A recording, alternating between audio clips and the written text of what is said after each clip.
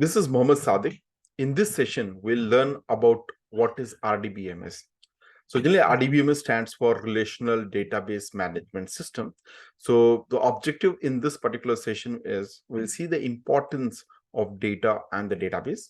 So we'll define what exactly is a database, and we'll see the database model, how the database was being evolved from the flat file system to the relational database management system.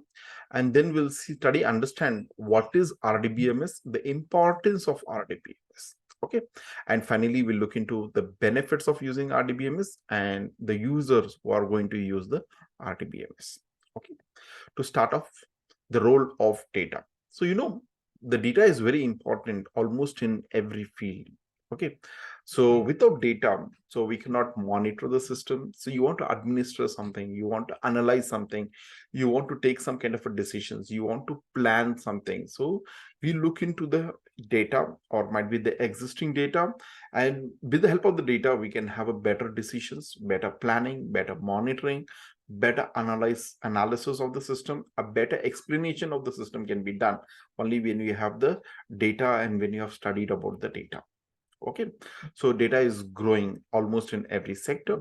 So when the data becomes large, so we want to have a better and a more organized, a well-structured and a well-organized database, I think.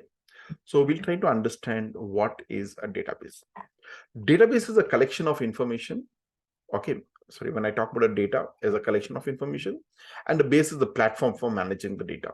So altogether, I can say database is nothing but a platform where we can store and manage large amount of data, okay, in a well-structured and in a more organized way. So I can say database is a platform where we can store and manage a large amount of data in a well-structured and a more organized way. Okay, thanks. Now, what is database management system? So a database management system is nothing but a simple records keeping system. So that means where the information is maintained. And not only that, a system which gives me a provision of easy retrieval of data, easy to insert the data, easy update data, and delete the data. So any software which gives me the provision of storing and managing the data. Storing is so where the platform, it's the containers where I can store the data, read the data, update the data, delete the data in a more organized way or a better well-structured way or on an easy way. We call it as a good database system. Okay, fine. So then we'll look into the evolution of the database. See, people started working on the database since we had the barter system came, and then we had a currency came, and people started doing the business. They did not see the software and they start doing the business. So they just started doing the business even before the the softwares or anything came. And when the things were happening fine and the IT people saw the way people are managing, they just introduced a kind of a system where they can manage this particular amount of data. So when you talk about this particular model, or I can say it's an evolution. So initially we had a flat file system. So generally when I talk about a flat file system, okay, is nothing but a system where the data is stored in files, okay, which can be also in the form of a table, but the whole data was stored in a single table. Okay, things. And then they came out with a hierarchical system. So in the case of hierarchical system, so the data was being split based on the hierarchy, like, parent-child relationship and so on. And then they came out with something called as the network system. So in the case of a network system, again, it's a more hierarchical data where one parent used to have many child, but again every child used to refer to multiple parent tables. So we had those kind of network systems and so on. Now during this particular time, so we had a great scientist by name Dr. E.F. Codd. So he saw the way people were storing and managing the data. And finally, what he did is he came out with a challenge of ensuring, like, how we can manage the data in a better way. Okay. And that was in 1970. Okay. He did some kind of analysis on that. And finally, he came out with the 12 rules of how we can manage the data in a better way. Okay. And then the software which was being made based on this particular rules, that is called as a relational model. So why it is relational model means Okay, in his rules, according to the what I say, the Dr. E.F. Codd's rule, okay, or that is called as a relational model. So the more emphasis was given in how we split the data across multiple tables and we store it, and how we can maintain the relationship between the tables. That was more emphasized, and based on that, it is called as a relational model. And this was introduced in 1970. So now we are in 2023, like, almost more than 5 decades old. And this is so powerful that still the same software, same model is being referred across the globally. Okay, thanks. Now we'll try to understand what was the traditional system, that is a flat file system. What are the drawbacks were there in the traditional systems? Okay, which made a way for the new system, a better system to be brought into the market, that is your relational database management system. See, one thing is, when you talk about a flat file system, is relatively a simple database system. That means when you talk about this flat file system, it is one of the simplest database system, okay, in which whole database is self-contained in a single table. That means in the case of flat file, the whole information was stored in a single table. In contrast to that, we have is a relational database system, okay, can use multiple tables to store the information, and each table can have a different record format. So what we understand from here is, so when I talk about a flat file system, that means the complete information was stored in a single table. In contrast to this, we have is a relational database management system, where in this system, the same data is being spread across multiple tables and stored with the relationship. Okay, so that is what we understand from this particular flat file systems and so on. Okay, next is RDBMS. So RDBMS is the new system, okay, which takes care of this particular problems which was faced in the flat file system or the traditional databases. Okay, RDBMS is a type of DBMS that stores data in the form of related tables. That means here the more emphasis is given on the related tables. Okay, the data is stored in the related tables. Relational databases are powerful because they require few assumptions about how data is related or how it will be extracted from the database. As a result, same database can be viewed in many different ways. Okay. See, I generally say it's like this. Imagine I just have the information about the student. I have information, a database about the student. Now I say in the institute. So different people want to see this information in a different angle. So see, it's something like, if it is an academic head. So academic head of an institute wants to see the information about the student based on what are the courses, okay, he or she has completed, what are the modules are still remaining. So they look into that, what course the student has enrolled for, what are the modules are completed, what are the modules are remaining, how is the attendance, they look into those particular things. Now, when it comes to the faculty, they look into the attendance point of view, they look into the performance of the students, okay, the test assignment marks and all these things. Yeah, that is how this faculty looks in. Now, when it comes to marketing guys, okay, they look into from which kind of a stream the students have come, whether they have come from the BE background or BSCA background or MBA background, or what kind of a stream say they have come. And they look into which area say we have more students, where we have done more marketings and how much students we have got from there. So they look into that particular point of view. So that means they look from, what kind of education streams they have come, which areas they have come. Now, the same information when it comes to an accountant, they look into what was the last installment paid, when is the next installment, what is the balance amount, they look into that particular things. So that means the data is stored in the single table, but people see it in a different angles. So they can see the information the way they want it. Now, this can be easily achieved with the help of RDBMS. So once the data is stored in the database, we can see the same data in a different angle from the different dimensions. So we can have a look at it. An important feature of RDBMS is that a single database can be spread across many tables. This is what it differs from the flat file system. So it is again telling that major difference between the RDBMS and the flat file system is the place where the whole data is stored in a single table, but in the RDBMS the data is spread across multiple tables and it is being stored, in which each database is self-contained. That is, in the case of flat file, the whole data is in a single table, but in the RDBMS the data is spread across many tables. Okay, this is what exactly is a RDBMS. Fine, cool. Okay, so the next thing is, okay, we'll try to understand, okay, about this RDBMS with some sample data. Okay, so here I have just taken this particular data to compare between the flat file system and the RDBMS system. The flat file system and the RDBMS things. So when you look into this, I have some information about the student taking a book in a library. Okay, student visiting a library and taking a book from the library. So when you see that whenever the student goes to the library, so the student librarian is issuing the book, is asking what is your roll number, what is your name, what is your gender, what is the address, what is the phone number, what is the email ID. They collect all this information and then they say, okay, fine, which is the book you need, book ID, then issue, author, publication, issue date, due date. They maintain that data. I've just taken a small crunch of this particular data. So where I have just maintained some personal details of the student whenever the book is being issued, and we have just taken the book issue details, book code. Okay.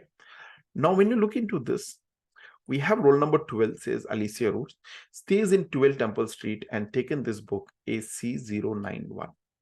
Okay. Now, what happens is when a student joins for a college, okay, he or she can visit the library for n number of times. Okay, so they can do the transaction daily. They can do a transaction if they're taken a 4 years of course. Daily means almost 1,500 times they're doing the transactions, or if they do even once in a month, okay, or 40 times they're doing a transactions in a 4 years of tenure of time.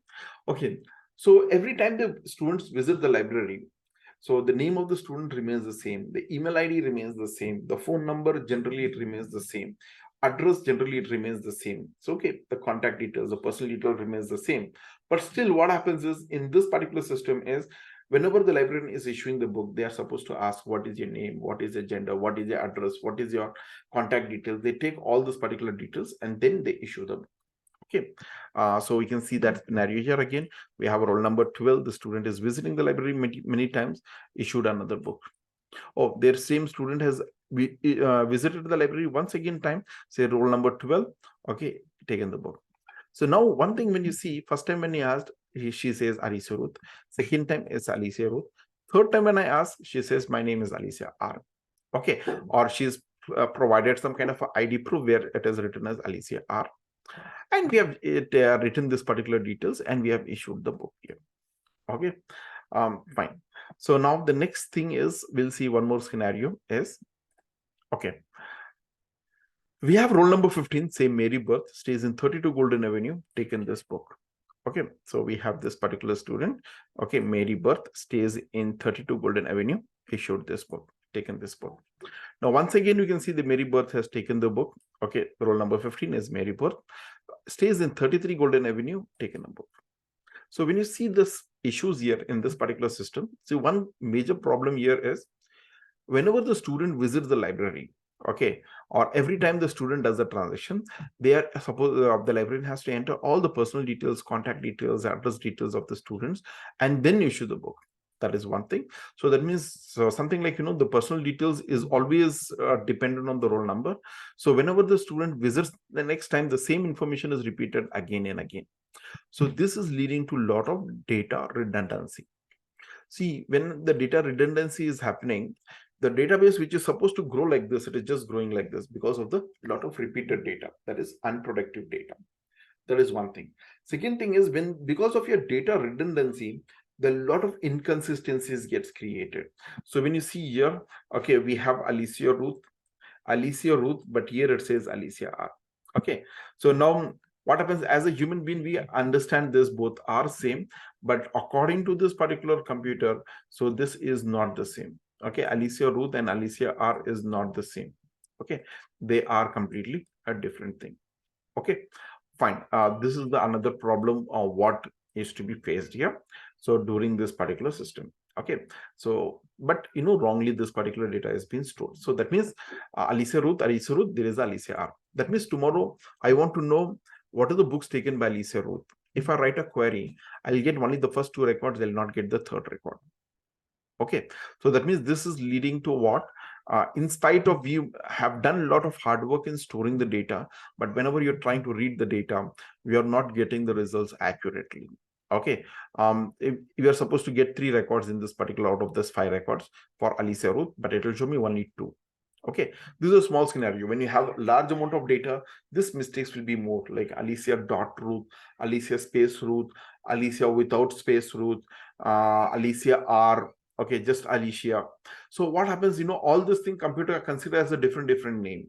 So whenever you try to search for Alicia, it's okay, but it'll look for the exact matching. So other details will not be able to extract it. Okay, so this will create this is something like, unreliable, output is not correct.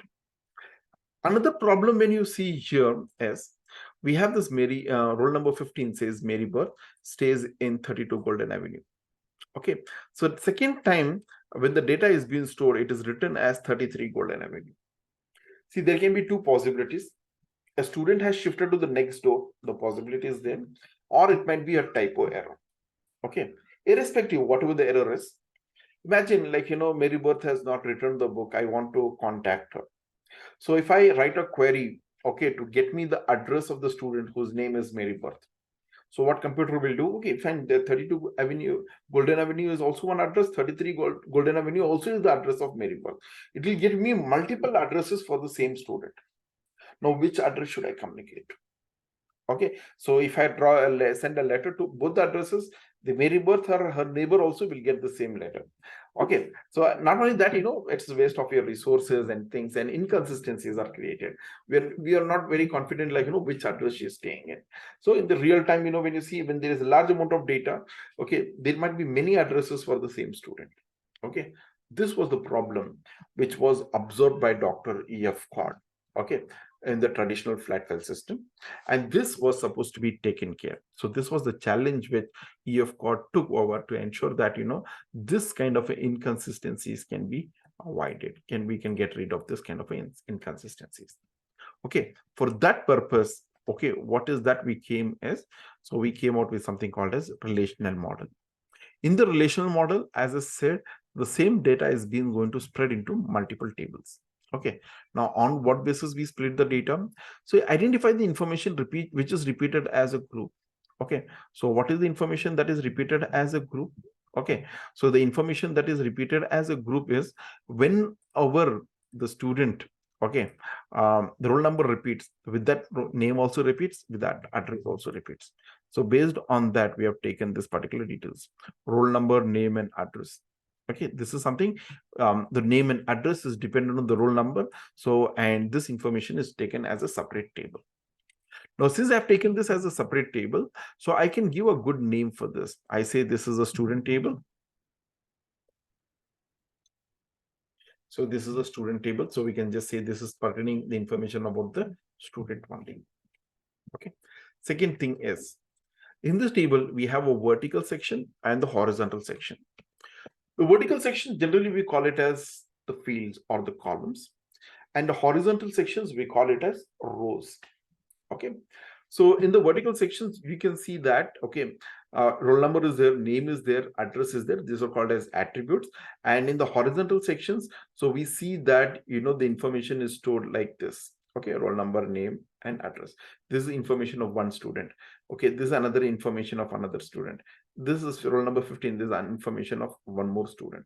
Okay, each student is identified as records. Okay, now here what happens is name and address depend on the roll number. Okay, so we need to ensure that every record, okay, gives the information about the entity. That is, here the entity is a table here.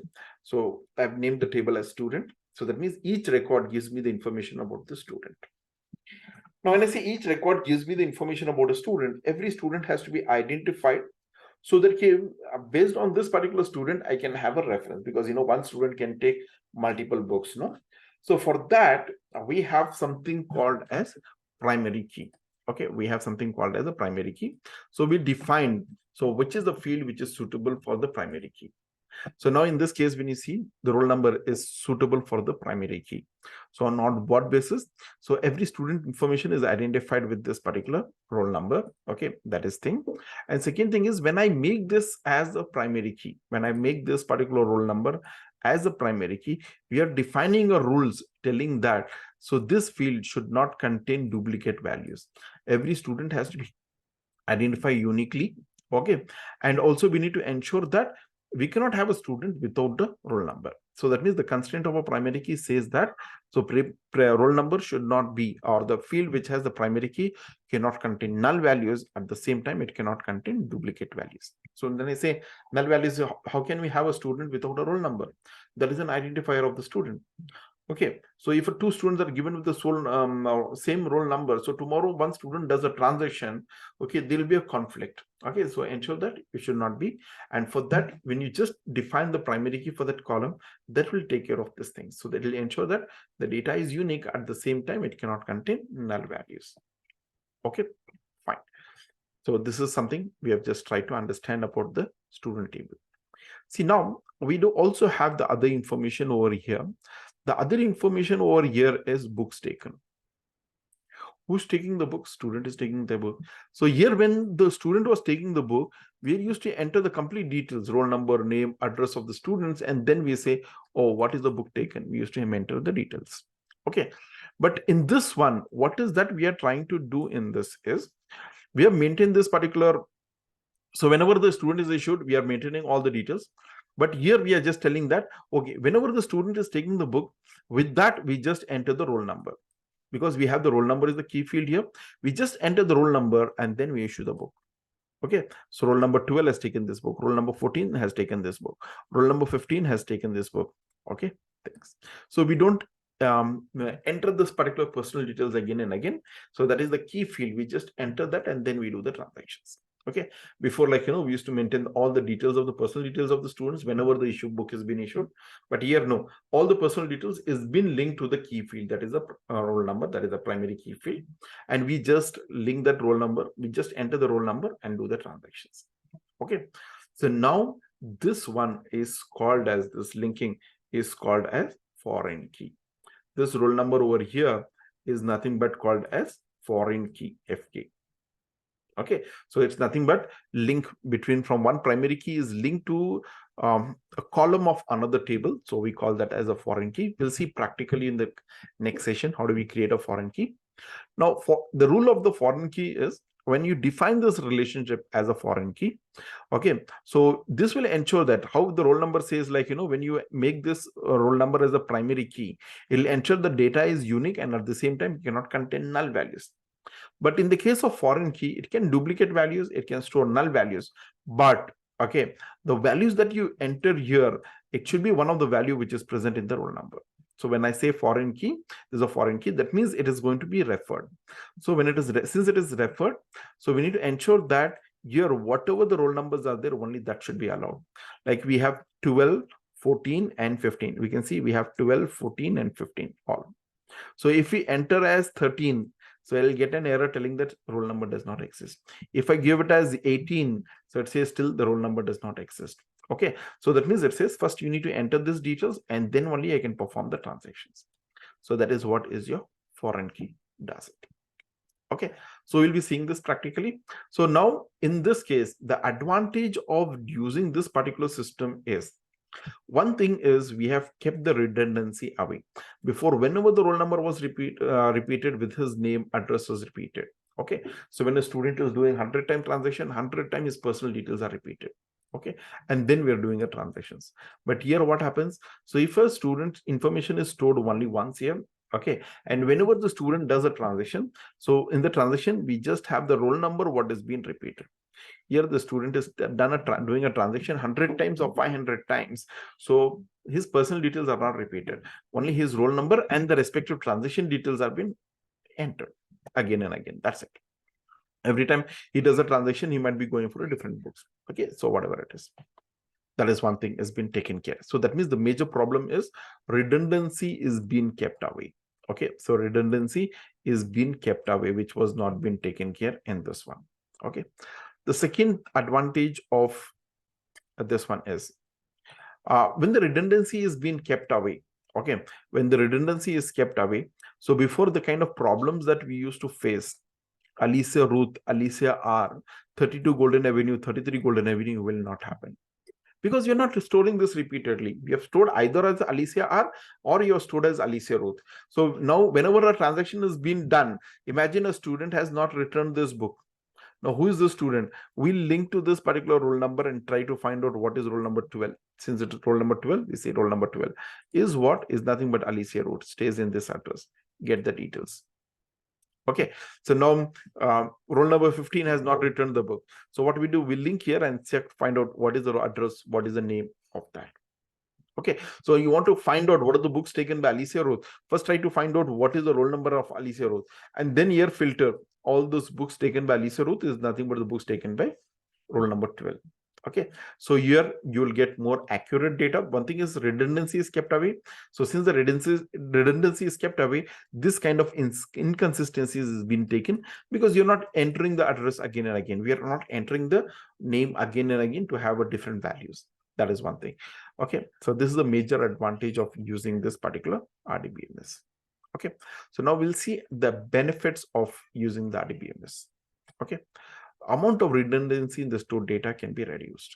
So we used to see here, so every time the student does a transaction, his personal details were repeated. But here his information is stored only once, his personal information. Whenever he does a transactions, okay, still I can do a multiple transaction, but whenever he does a transaction, what we are repeating is only the key field, that is a small key field, that is a roll number. Okay, so redundancy is kept away. Since the redundancy is kept away, so it takes care of the inconsistencies. The output is more reliable and things. So you will not have any more inconsistencies. Alicia Ruth and Alicia R 32, 33 golden enemies will not be there. The next advantage here is the stored data can be shared. Once the data is being stored, the same data can be shared with many users. Okay, so what that means is we have this particular roll number, name and address and so on. We have stored this particular data into one centralized location. Now what we are doing in this one is, so whenever the student does a transition, so we just take this roll number, enter the roll number over here based on this reference, and we do the transactions. Now imagine this is the librarian who's taking care of the students. It's been solved in this way. Students' personal details are stored in one place, and in the library we are just entering the roll number and doing all the information related to the library. Now the same way, even the academics people needs the information about the student. So in the academics table also, what happens, we just take the roll number. We'll take the roll number, okay, and then we'll have the other details will be stored. So that means this particular information, what is there, so it can be referred by the librarian, it can be referred by the academics, it can be referred with the placement division, it will be referred with marketing division, so it will be referred with accounts division. So every department, they just refer the roll number and they do the respective department related data. Okay, accounts department, so when their student is paying the fees, we just say what is his roll number and what is the amount of fees, which month, mode of payment. We concentrate more on that rather than asking what is your name, what is your gender, what is your phone number. No, it has been maintained one time and we are identified that with the roll number. So this is the another advantage of using this. That means stored data can be shared. Next is standards can be set and followed. See, when I compare to Excel, so when you open an Excel file, we get a workbook which has a sheets, a collection of rows and columns. We start feeding the data. There is no rules defined. In every cell, you can store any type of values. Any values can be stored. There was no rules defined. But RDBMS is not like that. Before we store the data, we create a table. When you're creating the table, we identify, okay, what should be the name given to the table, what all the fields, that is the attributes are needed, what data type should be needed, what kind of a constraints is needed. Everything we define it before we start feeding the data, before we start storing the data into the tables. That means first we create the entity relational diagram. That is, we identify in the database what are the tables are needed, how they have been, each table, what are the attributes are needed, what are the constraints are needed, how these tables are related. We define all those particular things before we store the data. Okay, so that means first designer job comes. See, once, what I mean to say is, when the rules are being defined, that means we have defined a table with a specific number of fields, each having its own data type and also with the constraints. And then when you store the data, the rules are defined and the data is stored has to satisfy the rules. So when the rules are being defined, and that means a good data is there and data will be more reliable. Okay, so that is what we can same. Okay, so when the rules are being defined and then the data is being stored, so invalid data will be kept away, because if your data what you're storing is not matching your data type, it is not satisfying the constraints what is being defined, it just immediately gets rejected, it doesn't get into the tables. Okay, so that is the best advantage here. Standards can be followed. Things, data integrity can be maintained, like maintaining a primary key, the foreign key, and things can be maintained. And not only that, we can also have a better security can be implemented. See, generally when I talk about RDBMS supports something called as multi-user. Generally, when I say multi-user is not many hands on the same keyboard.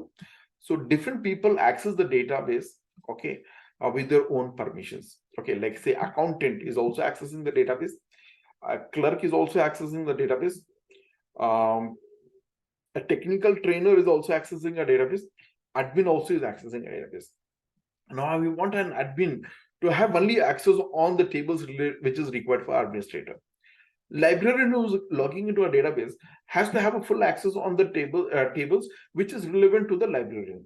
But other information like student details, a librarian should be able to only view the data, but I don't want a librarian to change the name of the student, change the address or any information. Okay, when the student has not received the book, link to the student table using that particular what is their roll number and get the details of the students and contact the student and send a letter or whatever it is. Okay, things that can be done, but I don't want a librarian to modify the data. Okay, so in that particular scenarios, so we I want to implement those things that can be done easily with the help of RDBMS. So what I mean to say is, in this particular system, if I am not splitting the data into a tables. Okay, so what happens when the librarian comes here? So I will make him as read write. So read write means what? So read as well as write. That means the librarian can read the data as well as write the data on the whole table. So that means librarian can change the name of the student, can change the address, and information can be done. So we cannot restrict telling that your changes will be allowed only on the books taken, but not on this. We cannot do it. Some of the columns I cannot say as read only, and some columns read only. I cannot give that. Either you can make it as read write, or you can make it as read only. Okay, but you cannot make some of the columns as read only and some columns as read write. You cannot do that. But in the new system, you can see we have two separate tables. Now, if a user is a faculty, okay, so I say faculty, a librarian. So I say librarian should have a full access on this, read write permission on this. Okay, they can enter, they can modify the book taken, issue date, due date. I want them to edit. But when the student has not returned the book, I want to know who is that who has not returned the book. Then the librarian should be able to link to this and get the view the information. So what I can do is, since it is a separate table, so based on the user, if it is a librarian, I'll make it as read only, but here I'll say it as read write. Okay, now if it is an admin, okay, if it is the admin, so in that case what I say, I'll make this as a full permission read write. But on the library data admin, I don't want admin to do the transaction. I say it's a read only data. Okay, so I can restrict when it is, since it is separate tables, we can perform this kind of a things. Okay, so the better security can be managed, okay, in the multi-user environment when you're going with RDBMS. So these are some of the benefits of using RDBMS. Okay, thanks. Next is the difference between the DBMS, traditional DBMS, and the RDBMS. DBMS, it does not need to have the data in a tabular format, nor does it enforce the tabular relationship between the tables. So that means in the case of DBMS, the data can be in the form of text files. It can also be in the form of tables like Excel sheets. Yeah, it can be there. But RDBMS says no, the data has to be in the form of a table. And the data has to be split if there is a redundancy and all. To keep that redundancy away, we need to split it across multiple tables, and the tables has to be stored with the relationship is very important. DBMS, traditional DBMS is good, okay, for storing some small amount of data and reading and writing on that. But RDBMS can store and retrieve a very large amount of data. So when things becomes complex, when you feel there is a lot of redundancy is happening and all these things, so when you feel that a lot of inconsistencies are happening, so in that case, make it as a separate tables, okay, and try to define a relationship. Now, in the DBMS, like Excel file and all these things, we cannot have a multi-users. and it cannot have a better security. But in RDBMS, okay, it supports multi-users. So that means every person who works in the RDBMS, so they'll have a login credentials. So based on the login credentials, I can give only access for what information he or she has to access. Okay, I think. Most of the DBMS does not support client-server architecture, whereas RDBMS supports the client-server architecture. Okay, fine. That's about this. Okay, thank you.